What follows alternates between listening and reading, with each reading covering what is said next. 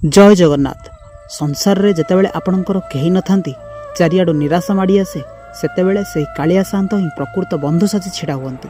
आज आसंतु शुणिबा श्रीक्षेत्रर आउ एक अलौकिक कहानी, जेउठी महाप्रभु स्वयं निज हाथ में सुना थाली रे खाद्य धरी निज भक्त पई आसीथिले।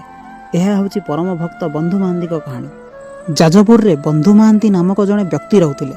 से महाप्रभुंकर परम भक्त थिले, किंतु अति गरीब। दिने एपरी परिस्थिति आसिला जे तांको परिवार को खाइबा मुठाई मध्य मिलिला नाही। पिलामाने भोकरे कांदिबाकू लागिले। स्त्री व्यस्त होई कहिले, तुमर एमिति कौनसी सांग नाहांती जे तुमको एही समय रे टिके साहाय्य करिवे। बंधु महांती आखिरे लुह भरी हसी देई कहिले, मोर जणे बहुत बड़ बंधु अछंती, से श्रीक्षेत्र रे रहंती, चल तांको पाखकू जिबा। भोक उपासरे थकी जाई परिवार सह से पुरी श्रीमंदिर पाखरे पहुंचिले, किंतु प्रबल भिड़ भितरे ना दर्शन मिलिला ना खाद्य।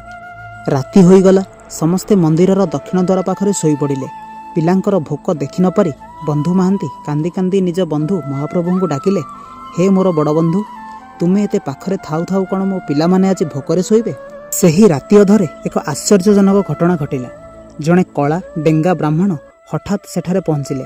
तांको हातरे थिला महाप्रभुंकर निज सुना थाली, जेउथिरे नाना प्रकार 56 भोग महाप्रसाद थिला। से बंधु महांती को डाकी स्नेहरे खाइबाकू देले एवं थालीटी को सेठारे छाड़ी अदृश्य होईगले। तापर दिन सकाळे श्रीमंदिर रे चहल पड़िला। महाप्रभुंकर सुना थाली चोरी होई जाइछि। रक्षी माने खोजी खोजी बंधु महांती पाखरु से थाली पाइले एवं तांकु चोर संदेह रे बंदी करदेले। किंतु सेही राति रे गजपति महाराजा को स्वप्नादेश हैला, बंधु महांती मोर परम सखा, से भोकरे थिला बेले मु निजे जाई मो थाली रे तांकु खाइबाकू देई आसीछि।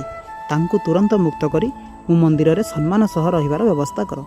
महाप्रभु हेउछन्ति दीनबंधु, जिए तांकु निष्कपट भावे विश्वास करे से केबे भी तांकु एकुटिया छाड़ती नहीं।